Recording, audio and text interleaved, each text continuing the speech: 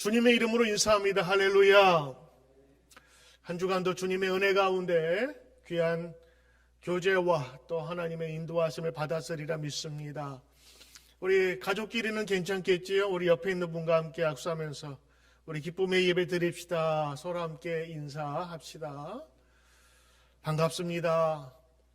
우리 멀리 떨어진 우리 교우들 얼굴 보고 싶은데 또 여러분이 저만 보게 되는군요. 이제 곧 속히 함께 만나 예배 드릴 날을 기대하고 소망하면서 준비하며 기도하시길 바랍니다. 오늘 여러분과 함께 준비하라의 시리즈 새 출항을 준비하라라는 제목으로 하나님의 말씀 나누길 원합니다. 성경에는 새로운 출발에 관한 이야기가 많이 있습니다. 아니, 어떻게 보면 성경은 새로운 출발에 대한 이야기라고 해도 과언이 아닐 것입니다. 아담의 출발은 하나님이 만드신 땅 기쁨의 동산 에덴에서부터 출발합니다. 노아는 하나님의 명령에 따라 큰 배를 만들어서 산 위에서 새로운 출항을 시작합니다.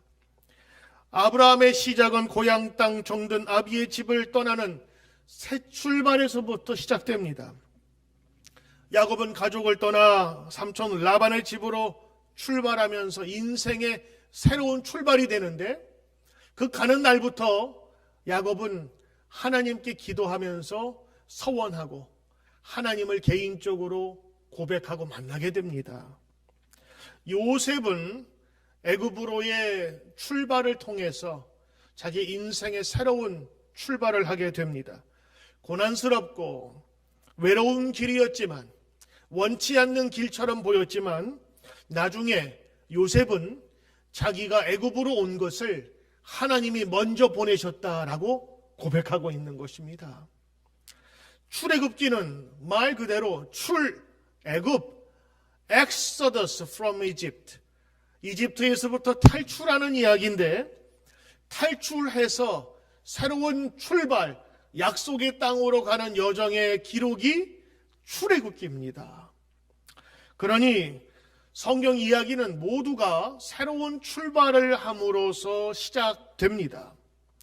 인생만이 아니라 우리의 믿음의 길도 새로운 길을 시작을 필요로 합니다. 예전에 하나님 없었던 사람들이 하나님을 만나서 새로운 축복의 길로 시작하는 이야기들, 우리 믿음의 이야기 아닙니까? 예수님을 만나 인생을 바꾼 사람들이 있었습니다. 그들은 인생의 새로운 출발을 하게 되었습니다. 베드로는 고기를 낚는 어부에서 사람을 낚는 어부로 바뀌었고, 사도 바울은 예수 믿는 사람을 죽이는 사람에서 오히려 예수님을 전하는 자가 되었던 것입니다. 이 모두가 성령의 역사 아니면 이루어질 수 없는 사건들입니다. 단 잊지 말아야 될 것이 있습니다. 이 모든 출발에는 상상 이상의 어려움과 고난이 있었다고 하는 것입니다. 새로운 생명, 새로운 출발과 새로운 항해를 위해서 우리가 대가를 치루어야 될 것은 치루어야 된다고 하는 것을 우리가 성경을 통해서 보게 되는 것이지요. 오늘 여러분, 준비하라. 무엇을 준비해야 할까요? 이제 맞이해야 할 우리의 일상, 그리고 또 다른 세계, 여지까지 우리가 만났던 세상이 아닌 또 다른 세상을 준비하기 위해서 저는 이번에 시리즈를 준비하는데, 새로운 출발을 우리는 준비해야 하는 것입니다. 저는 하나님의 말씀을 중심으로 성경에 나타난 큰 세 가지 출항, 배가 출발하는 그 모양의 그 시작을 여러분과 함께 나누길 원합니다. 첫 번째, 가장 큰 배의 출항은 어떤 사건이 있었지요? 바로 노아의 방주 출항입니다. 창세기 7장에 보면 하나님의 말씀에 순종한 노아가 100년에 걸쳐서 배를 만듭니다. 길이 135m, 높이 10m. 이건 배가 아니라 아주 큰 선박입니다. 지금 현대 기술로도 이런 목재 거대한 선을 만드는 것은 불가능하다고 합니다. 이 배의 설계자는 하나님이시에요. 이 배는 처음부터 마지막까지 철저히 하나님의 뜻대로 가득 찬 배였습니다. 이 배는 돛대가 없습니다. 이 배는 삿대가 없습니다. 돛대가 없으니 바람을 의지해서 갈 수가 없습니다. 그리고 삿대가 없으니 노를 지을 수도 없고 방향을 정할 수도 없고 동력을 만들 수도 없어요. 오로지 이 배는 하나님의 뜻에 의해서만 움직이는 배였습니다. 이 배가 출항을 합니다. 노아의 방주는 배에 올라탄 사람의 의지가 손톱만큼도 통하지 않는 배입니다. 이 배는 언제 출항할지도 몰라요. 고고학 증거에 의하면 노아는 바닷가가 있는 곳으로부터 200km 내륙에다가 지었으니 그 배가 어떻게 떠날지도 사람들은 궁금했습니다. 하나님이 떠나게 하시면 떠나는 거고 못 떠나게 하시면 못 떠나는 배입니다. 상중하 3층으로 되어 있다고 했습니다. 배에 창문이 있기는 하지만 위에서 한 규빗이니까 그 큰 넓이에 아주 작은 창문 하나 있는 것입니다. 그 창문으로 빛이 들어오니 전체를 밝게 하기는 어려웠을 것입니다. 더군다나 문도 자신이 닫은 것이 아니라 하나님께서 닫으셨다라고 성경은 이야기하고 있습니다. 이 비과학적이고 비상식적인 이 배가 여러분 무려 무사히 출발했을 뿐만 아니라 1년 동안 무사히 항해를 마쳤고 정박을 하게 됩니다. 죄와 인간의 타락과 그리고 하나님을 떠난 죄인에게 주시는 심판, 이 모든 죄로부터 물들었던 세상, 죄로부터의 영향력으로부터 하나님께서 벗어나게 하신 것, 멀어지게 하신 것, 이게 노아의 방주 출항 사건이었습니다. 노아의 배에 그 방주에 탄 노아 가족 8명은 하나님이 물로 세상을 다 쓸어버리실 때에 물 한 방울 묻히지 아니하고 마른 땅을 밟고 탔다가 마른 땅을 밟고 내렸습니다. 여러분, 구원이란 이런 것입니다. 하나님께서 하나님께로부터 난 자들을 하나님이 지키시고 악한 것이 물 한 방울도 구원자의 몸을 만질 수 없게 하신 것, 이것이 여러분 성경에 나타난 첫 번째 출항, 새로운 구원을 향한 출항의 이야기입니다. 오늘 노아의 방주는 첫째는 하나님의 명령과 노아의 순종이 담겨져 있습니다. 그리고 그 홍수가 난 그 모든 지경 속에서도 하나님이 인도하시고 지키셨다라고 하는 믿음의 고백의 사건이 바로 노아의 방주 사건입니다. 두 번째, 성경에 나타난 이 출항은 모세와 이스라엘 백성들이 애굽을 탈출한 사건이라 볼 수가 있습니다. 이스라엘 민족의 영적인 출항이라고 볼 수 있습니다. 작은 배는 몇 사람만 챙기면 됩니다. 준비할 것도 없어요. 그냥 30분, 1시간 유람선 타듯이 다니는 것이니까. 그러나 그 항해가 하루가 되고 일주일이 되고 한 달이 되고 1년이 될 때에는 그때는 준비하는 것이 다릅니다. 음식부터 시작해서 모든 것을 준비해야 하기 때문이지요. 모세의 출항은 그런 의미에서 나라의 출항이었습니다. 민족의 출항이었습니다. 어마어마한 사람들이 출발하는 이런 영적인 출항이었습니다. 모세의 출항은 압제와 학대와 고난을 떠나서 광야라고 하는 큰 바다를 출발하는 이야기를 담고 있습니다. 광야 그 자체 그래도 와일드 필드입니다. 거칠고 생존이 가능할까 싶을 정도의 위험한 곳이기도 합니다. 그래서 이 광야는 종종 바다에 비유되기도 합니다. 두려움 또는 경외심을 가진 그 존재, 그것이 바로 광야고 바다인 것이지요. 모세호는 이스라엘 백성들과 함께 광야로 출발을 합니다. 그들은 430년간 애굽의 압제에 있다가 해방되었습니다. 엄청난 숫자들이 다시 돌아오지 않을 그 길을 나서면서 이사 준비를 합니다. 옷가지를 챙기고 너무 급하게 나오다 보니까 많이 챙기지 못하고 귀금속 몇 가지만 챙기고 나오고 같이 먹을 양식들 조금씩 그리고 양들과 염소를 챙겨서 나왔습니다. 그런데 말입니다. 모세는 요셉의 유고를 챙겨서 나왔습니다. 다른 사람들은 자기의 옷까지 챙기기 바빴는데 모세는 왜 400년 전 조상의 뼈를 챙겼을까요? 바로 그것은 요셉의 유언이기 때문에 그렇습니다. 여러분, 창세기 50장 25절, 요셉이 또 이스라엘 자손에게 맹세시켜 이르기를 하나님이 반드시 당신들을 돌보시리니 당신들은 여기서 내 해골을 메고 올라가겠다 하라 하였더라. 400년 전 자신들의 조상이었던 요셉의 유언과 같은, 때로는 예언과 같은 말씀이 있었어요. 그것을 누가 기억했어요? 모세가 기억을 하고, 모세의 그 기억은 요셉의 유고를 가지고 나가는 것이었습니다. 아니, 그 뼈 조각 갖고 가는 게 뭐가 중요하다고? 아니, 다 땅에 묻혀서 없어졌을 텐데. 아니요, 요셉의 그 부탁대로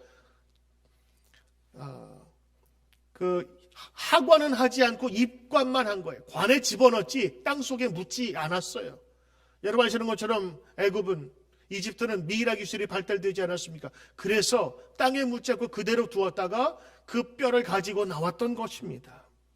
훗날 모세가 여호수아와 함께 땅을 배분한 이후에 세겜 땅에 장사하는 것으로 그 약속은 끝이 나는 거예요. 여러분, 뭔가 다르지요?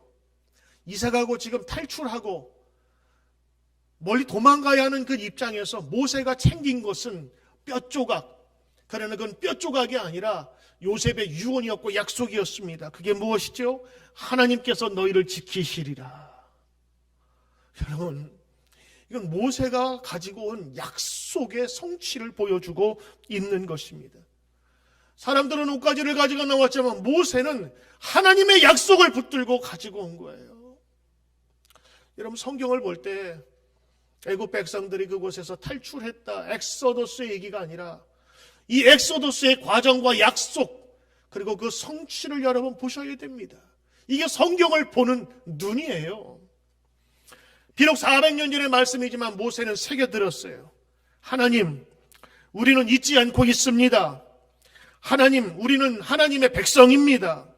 이 광야의 여정길 가운데 하나님의 백성을 인도하여 주시옵소서. 이미 400년 전 요셉을 통해서 주셨던 그 말씀이 이제 이루어질 겁니다. 여러분, 이것이 성경의 약속입니다. 그리고 하나님의 백성에게 주시는 말씀이라고요. 근데 이 말씀이 하나님을 믿고 믿어지기 시작하면 이게 이해가 되는 거예요. 나의 이야기로 받아들이게 돼요. 근데 성령의 역사가 아니고는 성경을 바라보면서 다 남의 얘기, 그땐 그랬지. 아닙니다. 성경의 역사는 지금도 계속되는 것입니다. 출애굽을 하는 모세의 이 큰 배는 하나님의 백성들에게 고난과 고난을 주었던, 끊지 못했던 그 고난의 영향력으로 노예의 생활을 했던 이 에집트로부터 벗어나게 하는 것입니다. 새로운 출항에 앞서서 하나님께서는 그 약속의 성취를 모세를 통해서 보여주신 것이지요. 이 해방과 영적인 항해는 요셉의 바람과 믿음처럼 하나님이 반드시 도우실 것이라 했던 새 출발, 첫 항해의 분명한 메시지였습니다. 세 번째는 여러분 예수님의 항해입니다. 갈릴리 바다라고 하는 곳에서 예수님이 그 다음 사역을 위해서 배를 타고 제자들과 갈릴리 바다를 건너가는 첫 항해 얘기가 나옵니다. 예수님의 첫 번째 출항입니다. 그 바다 건너편에 무엇이 있길래 예수님은 그곳으로 옮기셨을까? 5장에 보면 거라사 지역이 나옵니다. 근데 거라사 지역에는 사람들도 있었지만 무덤가에 살고 있는 귀신 들린 사람이 있었습니다. 사람들이 제어할 수 없었습니다. 그래서 쇠사슬로 묶어놔도 그것을 뚫고 나올 정도로 귀신의 능력을 발휘하는 사람, 항상 무덤가에 거하고 죽음과 함께 거하는, 악령에 의해서, 귀신에 의해서 사로잡힌 사람이었습니다. 정상적인 생활을 하지 못하는 사람들이었지요. 정상적인 사고를 할 수 없는 구조와 환경 속에 매몰된 사람이었습니다.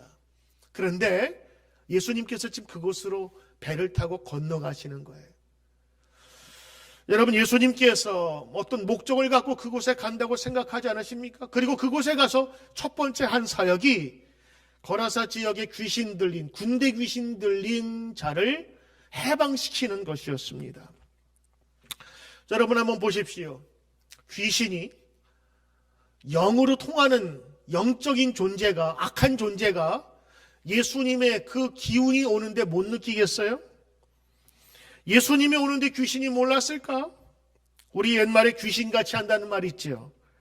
이 거대한 능력을 가진 예수님이 자신에게 오는데 가만히 있을 귀신이 어디 있겠어요? 귀신이 귀신같이 한 거예요.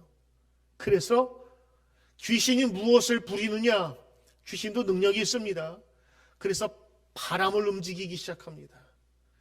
미친 바람처럼 예수님이 건너오는 것을 알고 아예 거기서 죽이려고 바람을 일으켰어요. 자, 사람들은 이것을 보면서 바람이 거저 일어났다고 생각하지만 예수님은 알고 계신 거예요. 선수는 선수를 알아보잖아요. 아, 이거는 자연 바람이 아니라 이건 악한 영이 움직이는 바람이다. 그래서 예수님께서 바람이 불면 야, 피해가자, 아니면 뭐 다른 이렇게 방도를 취하셨을 텐데 여기 보니까 바람을 꾸짖어요. 마치 바람이 생명이나 있는 것처럼. 근데 사실은 바람을 꾸짖는 것이 아니라 보세요. 귀신에 의해서 이동하고 움직이는 바람을 생명이 없는 존재 같지만 꾸짖으셨다고. 잠잠하라, 고요하라. 그랬더니 바람이 말을 들어요. 오늘 예수님은 이 영적인 전쟁 속에서의 꾸짖음을 얘기하시는 것입니다. 제자들은 캄캄한 밤, 근데 물은 요동치고 파도는 들이쳐서 배에 물이 촉촉하게 들어왔으니 이젠 다 죽게 되었다. 구명보트가 어디 있어요? 해안경찰이 어디 있습니까? 그냥 가라앉으면 죽는 겁니다.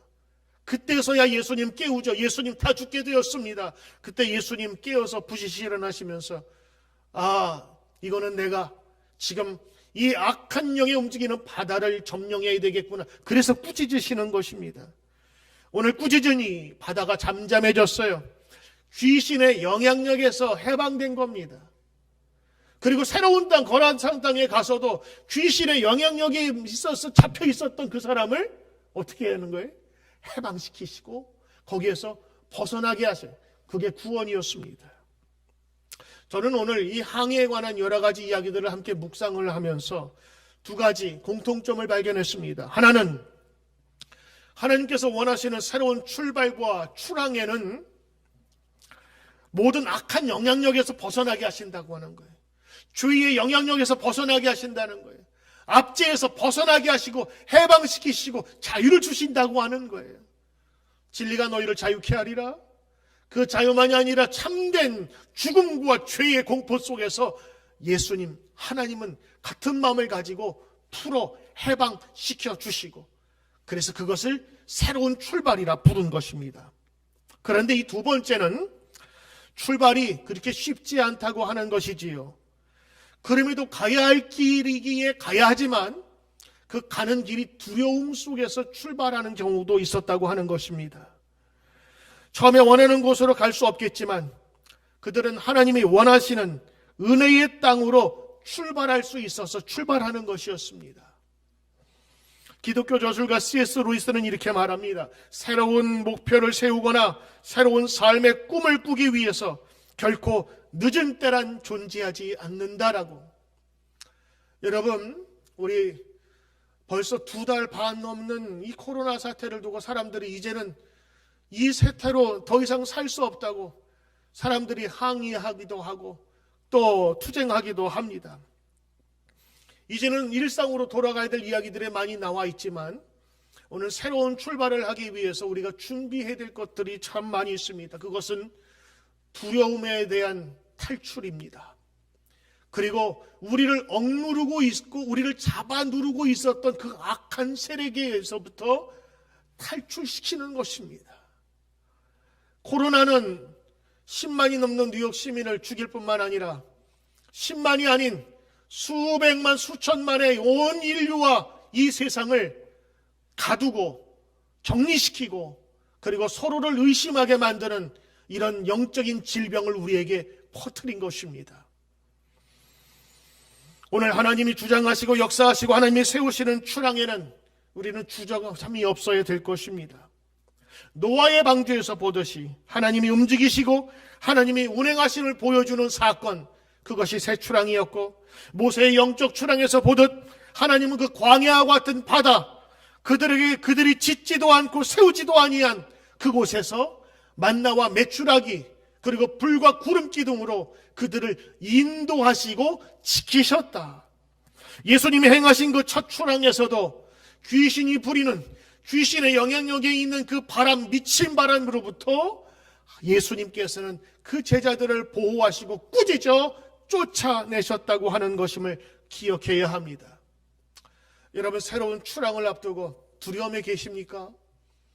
하나님이 우리의 인도자 되심을 여러분 믿으시고 오늘도 이 말씀 가운데 새 힘을 얻기를 주의 이름으로 축원합니다. 우리 말씀이 없으면 우리는 그냥 짓눌려 사는 거예요. 요즘 뉴스를 제가 잘 안 봅니다. 왜냐면 뉴스만 틀면은 코로나로 인한 사망자 카운터가 계속 처음에 눈에 떠요. 자꾸 저도 모르는 사이에 오늘은 또 몇 명 죽었나 몇 명 죽었나. 이건 삶의 기쁨과 소망의 이야기가 아니라 죽음으로부터 시작되니까 보는 사람도 말하는 사람도 저도 우울해지더라고요. 그래서 저는 말씀 속에 나타난 이 새로운 출발을 묵상하기로 했습니다. 여러분, 출항에는 언제나 두려움이 교차합니다. 그래서 준비를 많이 하는 것입니다. 의약품도, 먹을 음식도, 의복도, 그리고 필요한 모든 것을 구비구비 준비하는 것이지요. 불확실한 미래에 대한 출발이기 때문입니다. 하나님은 우리에게 본토, 친척, 아비집을 떠나서 하나님이 지시하는 땅으로 가라 명하십니다. 하나님의 부르심에는 육하원칙이 없습니다. 때로는 확실한 보장이 없을지라도 가라 하시면 우리는 가야 합니다. 오늘 새로운 영적인 출발을 앞두고 있는 저와 여러분들, 그리고 사랑하는 뉴드림교회 성도 여러분, 이제 새로운 출발을 앞두고 하나님이 우리를 지키시고 인도하실 것이라는 분명한 하나님의 약속을 붙들고 새로운 출항을 하시기를 바랍니다. 확실한 것이 없다면 우리는 믿음의 길을 갈 수가 없습니다. 우리가 새로운 출항에 앞서서 두려움이 있는 것은 당연한 것입니다. 노아도 애굽을 탈출하는 그 시작도, 예수님의 항해도 두려움이 있었습니다. 그러나 그 두려움 속에서 그들은 하나님의 말씀 가운데 분명히 서게 했던 것입니다. 예측할 수 없는 미래로 나간다는 것은 두려움을 극복하는 것입니다. 우리의 가장 큰 적은 바로 두려움이라고 하는 것입니다. 우리 안에 수많은 아이디어가 있어도 두려움이 없으면 하지 못하는 것입니다. 많은 생각이 있다는 것은 신중한 것이지만, 그러나 오래 생각하는 것이 정답이냐? 그렇지 않을 수도 있다고 하는 것입니다. 얼마 전에 뉴스 그걸 보니까 소방관 긴급하게 결정을 해야 될 때 정상적인 사고와 이성을 따르기보다는 감각과 직관을 따른다는 분들이 많았어요. 왜냐하면 그분들은 평소에 이런 훈련을 하고 현장을 많이 보았기 때문이지요. 때로는 여러분, 우리의 이성과 우리의 생각이 계획을 하는 데는 좋을지 몰라도 때로는 하나님으로 받은 직접적인 약속과 그 은혜를 붙잡고 가는 것이 우리에게 어떤 때는 필요하다는 것을 보게 됩니다. 잠언에 있는 말씀 볼까요? 잠언 16장 1절, 마음의 경영은 사람에게 있어도 말의 응답은 여호와께로부터 나오느니라. 잠언 16장 9절 말씀입니다. 사람이 마음으로 자기의 길을 계획할지라도 그의 걸음을 인도하시는 이는 여호와 하나님이시니라. 아멘. 그렇습니다. 사람이 준비하고 경영하고 그 일을 계획할지라도 모든 과정을 인도하시는 분은 하나님이시라는 것을 우리는 신앙하고 우리는 믿고 있는 것입니다. 우리가 잊었다면 다시 회복하는 것, 말씀을 통해서, 예배 시간을 통해서 다시 한번 그 믿음을 우리가 가졌던 그 처음의 뿌리로 돌아가는 것입니다. 6월을 맞이하면서 새로운 일상으로 돌아갈 준비를 하고 있습니다. 새롭게 시작한다는 것은 조심스러운 일입니다. 그럼에도 가야 할 길이라면 우리는 가야 합니다. 그 가게 될 우리의 마음 자세는 하나님께서 지키신다고 하는 거예요. 하나님께서 돌보신다고 하는 거예요. 닷대도 돛도 삿대도 없는 그 배를 움직이시고 지키신 하나님, 광야에서도 바다와 같은 그 넓은 야생 생활에서도 지키신 하나님, 풍랑과 광풍 속에서 귀신의 움직임도 그 속에서도 제자들을 지켜주신 하나님의 그 놀라운 출항의 이야기들은 이제 오늘 우리가 새로운 출발을 하는 데 있어서 새로운 동동력, 원동력이 될 것입니다. 두려운 세상, 넘칠거리는 파도, 어느 하나 그냥 지나칠 수 없는 두려움과 어두움의 세력입니다. 새로움을 시작하는 우리는 노아 같은 마음으로 믿음의 출항을 준비해야 합니다. 애굽에서부터 새로운 출발을 한 요셉의 믿음으로 우리는 출항해야 합니다. 돛도 없고 닷도 없는 배, 그러나 하나님이 지키신 그 40일간을 여러분 믿으십니까? 광야와 같이 아무것도 없는 인생길에서도 물을 내시고 만나와 메추라기로 인도하신 하나님을 믿습니까? 광풍과 미친 파도가 앞으로 얼어 죽을 정도로 무서운 이 바다도 온순케 만드신 예수님의 능력을 믿으십니까? 아멘. 오늘 우리는 이 고백으로 나가야 합니다. 학교로 새롭게 출발하는, 다시 한번 학교에 나가는 자녀가 있다면 여러분, 자녀 머리 위에 손을 얹고 기도하십시오. 하나님 이 자녀를 돌보시고 축복하소서. 멀리 있는, 군대에 있는 자녀라면, 한국에 있는 혹은 외지에 있는 자녀라면 여러분 손을 들고 그 자녀를 안수하듯이 하나님께 맡기며 기도하시길 바랍니다. 다시 출근하는 가족이 있다면 출발 전 기도하십시오. 괜히 두려운 마음에 가지고 있지 않고 하나님의 능력의 이름으로 지켜주실 것을 믿으며 잠시라도 기도하세요. 통성으로 1시간 기도하는 게 아니라 잠시 기도할 수 있잖아요. 하나님, 출발하는 내 남편을 지켜주세요. 예수님의 이름으로 기도합니다. 두려움이 사라집니다. 하나님이 나와 함께 거하시기 때문인 것입니다. 하나님의 새로운 출발과 함께 하시고 늘 도우심을 주시는 분이심으로 우리의 믿음의 주님으로 나아가는 주의 백성 되기를 축원합니다. 제가 예전에 한국의 신풍감리교회에서 전도사로 교회를 섬길 때였습니다. 담임 목사님이셨던 김광환 목사님, 그분이 부족한 저를 참 많이 사랑해 주셨습니다. 대신방 때는 저를 데리고 다니면서 신방이 무엇인지를 자세하게 직접 보여주시면서 가르쳐 주신 분입니다. 저는 그분을 통해서 목회에 참다운 목회자의 마음과 그리고 준비 과정을 제가 배웠어요. 여러분, 여러 가정 신방하면 같은 이야기 할 것 같은데 그 목사님은 그 가정을 위해서 말씀을 다 준비 따로 하셨더라고요. 준비하는 과정도 그리고 그 말씀도 참 놀랐습니다. 한 번은 새롭게 예수님을 믿은 가정이 있었습니다. 가정이 어려웠어요. 그런데 그 가정이 참 우연한 기회로 좋은 기회를 만나서 아파트에 입주하게 되었습니다. 그런데 알고 보니까 그 아파트가 남이 들어가지 않는 아파트였어요. 새롭게 이사한 가족이 상당히 두려움을 가지고 있었던 것이, 그 이유가 뭐냐? 새로 이사한 아파트 주소가 어디 땡땡 아파트 4동 404호예요. 여러분 아시죠? 한국 사람들은 4자 들어간 거 별로 피하는 거. 그래서 엘리베이터에서도 4라고 안 하고 F로 씁니다. 4. 미국에서는 그냥 4로 되어 있는데 한국에서는 F로 되어 있어요. 그만큼 4를 피하고 두려워합니다. 왜냐하면 4자가 죽을 4자하고 이 발음이 똑같기 때문에 그래요. 더구나 그 집에 살던 사람이 안 좋게 나갔다. 동네 사람들 소문이 들린 거예요. 그래서 보통 각 시세보다 싸게 나왔으니까 그래서 들어가긴 들어갔는데 이 가족이 매일 두려운 거예요. 이 소식을 듣고 이제 대신방을 다니면서 그 가정에 신방을 갔습니다. 들어가 보니 온 가족이 불안과 두려움이 가득, 그냥 어둠의 그늘이 그냥 그곳에 가득 차 있었어요. 혹시 우리 가족에게 무슨 일이 생기지는 않을까? 들어가긴 들어갔는데 염려와 근심과 두려움 속에서 살던 그 가족을 우리 목사님과 저와 또 우리 신방 사시는 권사님들이 같이 예배를 드리게 되었습니다. 저는 궁금했어요. 내용을 아니까 가서 무슨 말씀을 전하실까? 어떤 내용으로 하나님의 말씀을 전할까? 그때 제가 그 말씀은 무언지 잘 기억이 안 나요. 그런데 그때 부른 찬송은 아직도 생생합니다. 그때 목사님이 다 앉고 기도로 개배 기도를 하시고 찬송을 부르자고 하십니다. 찬송가 444장. 지금 사자 때문에 두려워하는 집에 가가지고 찬송가 444장을 부르자고.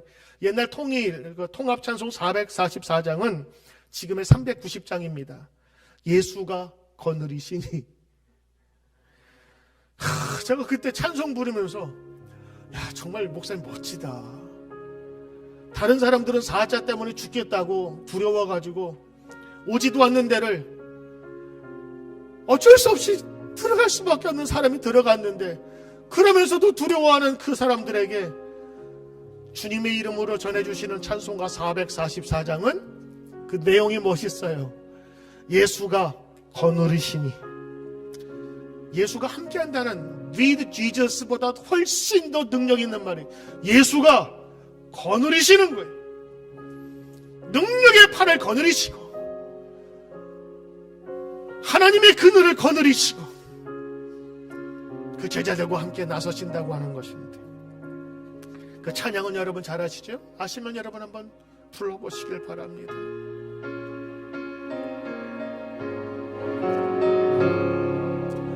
예수가 거느리시니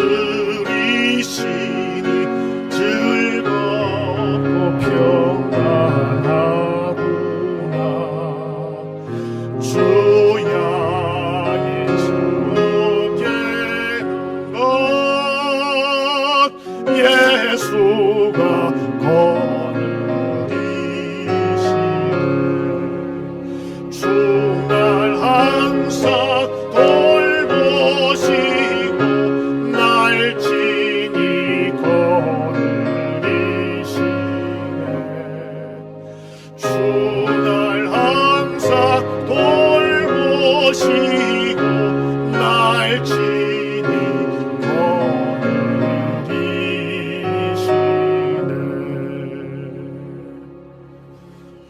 주야에 차고 깨는 것. 차고 깰 때도 하나님께서 지키시고 인도하시고 나의 모든 삶 속에서 나를 돌보시고 나를 친히 거느리시네. 오늘 이 믿음의 찬양이 새로운 출항을 앞둔 여러분과 우리 교회 모든 성도들, 그리고 하나님을 신뢰하며 주님께 나가는 이 백성들이 마음으로 준비하며 나가야 될 새로운 출항의 마음 자세임을, 오늘도 담대함을 가지고 여러분의 자녀를 축복하면서 나아가는 귀한 예배의 시간, 믿음의 시간이 되기를 주의 이름으로 축원합니다. 아멘. 기도하겠습니다. 주님, 우리를 거느려 주시옵소서. 악한 마귀의 괴계 속에서 우리를 해방시켜 주시옵소서. 때로는 풍랑 가운데서도 하나님 우리를 지켜주소서. 칠흑까지 보이지 아니하는 그 어둠 속에서 지키신 하나님의 능력과 주님의 말씀이 우리의 빛이 되게 하여 주시옵소서. 예수님의 이름으로 기도드리옵나이다. 아멘.